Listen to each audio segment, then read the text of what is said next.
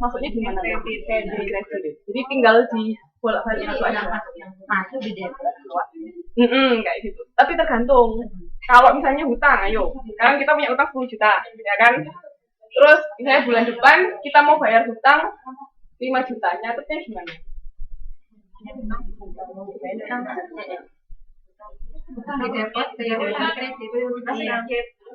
Debitnya apa berarti akun? 5 juta akun apa?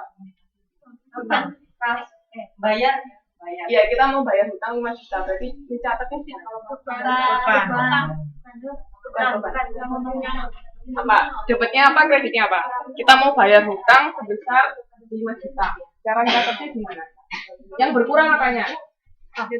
Kas berkurang, berarti kas gimana? Nyatetnya kalau kas berkurang. Kredit sebesar 5 juta. Oke. Kas 5 juta. Terus debitnya apa berarti? Apalagi yang berkurang? Ada yang berkurang apa yang bertambah? Bertambah. Apanya yang bertambah? Kita bayar hutang. Berkurang hutang. Oke, kalau utang berkurang berarti nyatetnya gimana? Debit.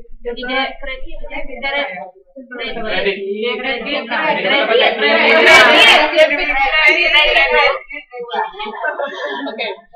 Ingat persamaan akuntansi, aktiva sama dengan hutang plus ekuitas. Berarti tempatnya utang pertama di mana? Kredit kan. Jadi kalau utangnya berkurang kita nyatetnya di mana? Debit yang betul.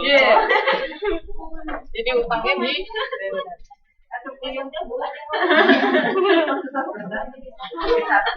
Kenapa kok gini? Jadi ingat kan persamaan dasar akuntansi itu berarti buat akun normalnya. Maksudnya tempatnya aktiva awal itu ada di debit. Terus tempatnya hutang awal ada di kredit. Ekuitas ada di kredit. Berarti kalau aktiva bertambah nyatetnya di debit.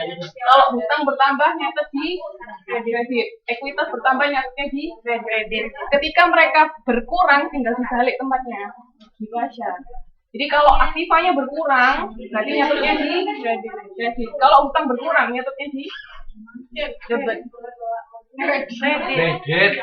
Hutang berkurang, nyatetnya di mana? Debit. Kenapa kok debit?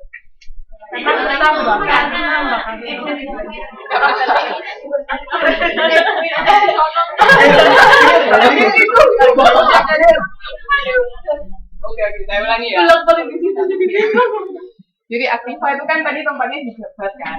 Ingat akun normal itu ingat persamaan akuntansi harus aktiva sama dengan hutang plus ekuitas. Aktiva itu tempatnya gini. Aktiva rumahnya di debit, hutang rumahnya di kredit, ekuitas rumahnya di kredit. Nah, ketika si aktiva ini mau keluar rumah atau berkurang, berarti kita harus nyatetnya di tempat yang lain. Nggak boleh catat di debit lagi karena dia keluar. Jadi kan karena keluar main. Kalau aktivanya main-main, berarti kita catatnya di kredit karena dia rumahnya di debit. Nah sekarang sama hutang tadi rumahnya di mana? Hutang rumahnya di kredit. Nah kalau hutangnya keluar main-main, di debit. Jadi intinya apa yang itu? Basic awalnya persamaan akuntansi itu harus ingat. Aktiva tempatnya di mana? Rumahnya. Utang rumahnya di mana? Ekuitas rumahnya di mana? Jadi kalau hutangnya tadi berkurang, berarti nyatetnya di debit. Karena dia rumahnya di kredit, dia keluar, nyatetnya di debit. Paham? Paham. Bisa keluar dari rumah sendiri balik di rumah sendiri. Oke, ada yang mau ditanyakan sampai sini? Masih bingung? Silakan bertanya kalau masih bingung. Sama ya, kalau modal kita berkurang berarti nyatetnya di mana? Modal berkurang. Modal rumahnya di mana? Kredit.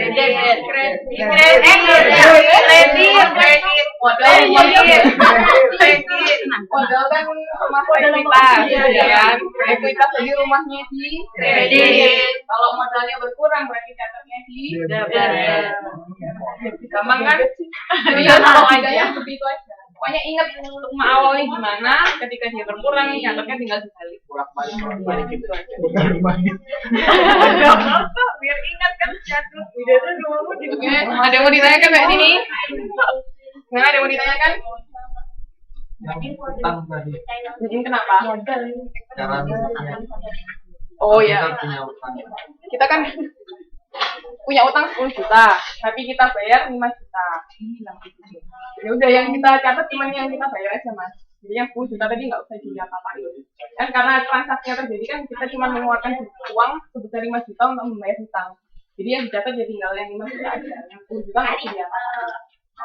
Karena itu cuma kayak sejenis pendahuluan aja. Kita punya utang Itu segitu kan kan. yang Yang jangka banget 5 jutanya. Maksudnya jadi nantinya kalau misalnya ada soal lagi, berarti kalau sudah dibayar 5 juta, utang kita tinggal berapa itu? Tinggal 5 juta. Jadi di sisi utang nanti di neraca saldo terakhir utangnya tinggal 5 juta. Tapi kalau bikin jurnalnya cuman transaksi yang terjadi aja. Jadi kan utang awal kan tadi 10 juta, itu di saldo awal. Neraca saldo awal itu punya utang 10 juta. Terus misalnya sekarang bulan apa? Bulan Maret kita bayar 5 juta. Ada transaksi kan? Nah, transaksi ini yang kita catat di jurnal. Yang kita bayar 5 juta. Jadi cuma utang pada kas. Karena utang kita berkurang, kas kita juga berkurang. Tapi nanti di neraca saldo akhir bulan Maret, utang kita 10 juta atau 5 juta? 5 juta. Karena sudah dibayar 5 juta. Utang kita tinggal 5 juta. Jadi yang dicatat di jurnal itu hanya transaksi saja. Bukan yang neraca saldo awal sama neraca saldo akhir, itu bukan. Nanti kita bahas lebih lanjut. Oke? Ada yang mau ditanyakan lagi sama ini? Gimana?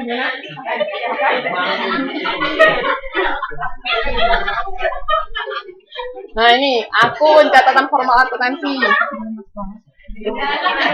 Buku besar kumpulan dari akun. Nah, iya silakan. Nah ini namanya akun ya. Jadi kan dalam waktu 1 bulan kita kan pasti punya banyak transaksi, apalagi kalau misalnya perusahaan besar kan pasti transaksinya berkali-kali. Nah di sini misalnya di ini kas kan, kas ini ada sisi debit sama kredit. Kira-kira yang kas yang bertambah yang sini apa yang sana? Transaksi apa yang kasnya bertambah, transaksi mana yang kasnya berkurang? Ini kan ada AEH, BCG. Transaksi mana yang kasnya bertambah, transaksi mana yang kasnya berkurang? Kas tadi tempatnya di mana? Rumahnya di Jember. Ya, berarti yang transaksi mana yang bertambah? Yang transaksi apa? AEH apa BCG? AEH. Berarti transaksi AEH itu berarti kita menitip kas. Terus kalau transaksi BCG, berarti kita ngapain? Mengeluarkan uang atau mengeluarkan kas. Ya. Nah, ini jadi dalam 1 bulan itu ada 6 transaksi yang berhubungan dengan kas. Jadi di sini kan ada AEH, itu jumlahnya sebesar 21 juta, ya kan? Terus transaksi BCG jumlahnya 6.800.000. Masih lebih besar mana debit sama kredit? Debit. Makanya saldo akhirnya saldo debit sebesar 14 juta. Iya, debit. Bukan, kreditnya yang ini. Iya, maksudnya kan yang 21 juta itu. Iya, dikurangi 6 juta. Terus ini saldo akhir. Ya, ini saldo akhirnya 14 juta. Paham? Jadi nanti semua sama. Ini kan namanya akun, ini akun kas. Nanti untuk akun persediaan juga, misalnya dalam 1 bulan kita beli persediaan beberapa kali, berarti kan persediaan bertambah. Sama misalnya persediaan dipakai juga berarti kan berkurang. Nanti semua kayak gitu. Jadi kita total saldo akhirnya berapa? Itu tinggal dikurangin aja. Mungkin kalau kreditnya itu lebih besar dari debit. Bisa aja sih, tapi nanti kan berpengaruh sama modalnya. Apa? Saldo kredit. Iya, nanti jadinya saldo kredit nanti.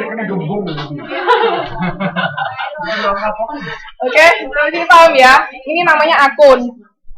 Nah, terus cara mencatat juga bisa seperti ini. Ini cuman bentuknya aja yang beda, tapi isinya kan sama. Ini sebenarnya sama, jangan bingung. Cuma cara mencatatnya aja yang beda. Jadi kan transaksi A itu ada setoran modal berarti bertambah 20 juta. Transaksi B itu berkurang 5 juta. Terus ini langsung masuk saldonya. Ini cuma beda cara mencatatnya, tapi logikanya semua sama. Kan kalau yang pertama tadi